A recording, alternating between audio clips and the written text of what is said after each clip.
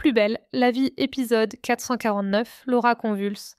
Morgane s'effondre, la malédiction frappe encore. Laura et Morgane traversent une période particulièrement sombre, marquée par des symptômes alarmants et une atmosphère de mystère. Tandis que Laura voit son état de santé se dégrader sans explication médicale, l'idée d'une malédiction s'installe parmi les résidents. Les tentatives de désenvoûtement, menées dans l'espoir de conjurer le sort, restent sans effet tangible. Malgré le soutien indéfectible de leurs proches, la situation s'aggrave. Laura s'effondre à l'hôpital et Morgane subit une crise violente. L'origine de leur souffrance demeure incertaine, alimentant l'inquiétude et les spéculations. Face à l'impuissance de la médecine et aux croyances qui s'opposent, le doute persiste quant à la véritable cause de leur malheur. Vendredi 24 octobre, dans Plus belle la vie, encore plus belle, Audrey sous le charme de Louis. Au Mistral, Baptiste se dispute avec Audrey par téléphone. Soudain, cette dernière lui dit qu'elle est sur le point de faire une bêtise. Louis, qui surprend la conversation, propose au jeune homme de l'emmener sur le chantier où se trouve l'agente immobilière. En arrivant sur les lieux, Baptiste et Louis Roby découvrent Audrey inconsciente. Elle a avalé tout un tas de médicaments pour mettre fin à ses jours.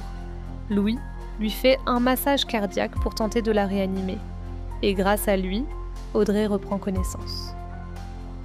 Quelques minutes plus tard, Audrey accepte que Louis l'emmène aux urgences. Elle le remercie pour sa gentillesse et lui explique souffrir de solitude.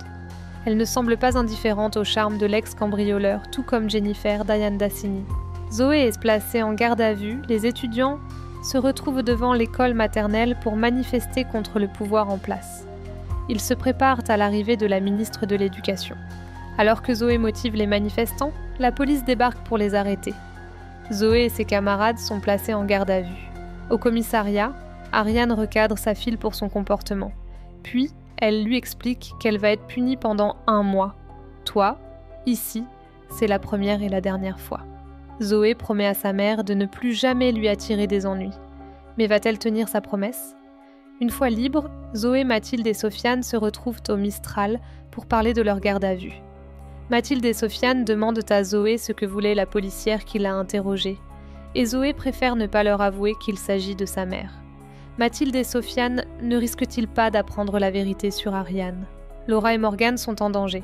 Charlotte montre à Morgane les images de vidéosurveillance provenant de la résidence Massalia. Objectif ? Identifier l'agresseur de Laura. Mais au moment de découvrir le visage de cet individu, la vidéo se fige sans aucune raison apparente. Charlotte ne comprend pas ce qui se passe. Au même moment, à l'hôpital, Patrick informe Eric être très inquiet pour Laura, d'autant plus que le procureur de Marseille a refusé que Laura bénéficie d'un dispositif de protection. Eric se porte volontaire pour garder un œil sur la jeune femme durant tout le week-end, ce qui rassure Patrick. À l'hôpital, l'état de Laura est toujours préoccupant. Elle dit à Morgane « Je n'y arriverai pas, même les médecins ne comprennent pas ce qui m'arrive ». Se voyant déjà morte, la jeune femme demande à sa sœur de rendre à Baptiste l'amulette destinée à la protéger. Le cœur serré, Laura dit à Morgane qu'elle l'aime. À la résidence, Noémie explique aux résidents, en leur disant que cette histoire de sorcellerie est psychologique. C'est l'inconscient de Laura qui lui joue des tours, dit-elle, mais tout le monde n'est pas de son avis, et plus particulièrement Yolande, qui croit au mauvais sort. Plus tard dans la journée, Yolande propose à Morgane d'organiser un rituel de désenvoûtement pour tenter de sauver Laura, étant donné que la médecine ne fonctionne pas. Morgane n'est pas contre l'idée d'essayer cette technique pour guérir sa sœur. Soudain, Morgane, qui se trouve à la résidence, est victime d'une violente quinte de toux, tandis que Laura, qui est à l'hôpital, ressent une douleur à la jambe. Morgane tombe au sol en crachant du sang, et Laura se met à convulser sur son lit d'hôpital. Que se passe-t-il ? Dans les prochains épisodes de Plus belle la vie, encore plus belle, Laura, qui est persuadée que ses jours sont comptés, va faire ses adieux à sa sœur Morgane. Rien ne va plus pour Laura Tanguy, Rachel Perrin, dans Plus belle la vie, encore plus belle. Depuis vendredi dernier, la jeune femme est en effet persuadée qu'elle va mourir avant le 31 octobre. Un SDF lui a prédit ce destin alors qu'elle était tranquillement en train de manger un sandwich sur la place du Mistral. Et depuis, tout va de travers pour elle. En début de semaine, Laura a trouvé un rat mort dans sa chambre. L'ancienne policière a pris ça pour un signe que la prédiction allait réellement se réaliser. Le lendemain, Laura a été prise de violentes douleurs à l'estomac pendant la nuit. Mais alors qu'elle s'est levée de son lit, elle a trébuché sur son chauffage d'appoint et a perdu connaissance. Intoxiquée au monoxyde de carbone, Laura a été transportée d'urgence à l'hôpital afin de recevoir des soins. Malheureusement, en faisant des analyses, Bahram a constaté qu'elle avait un problème au foie.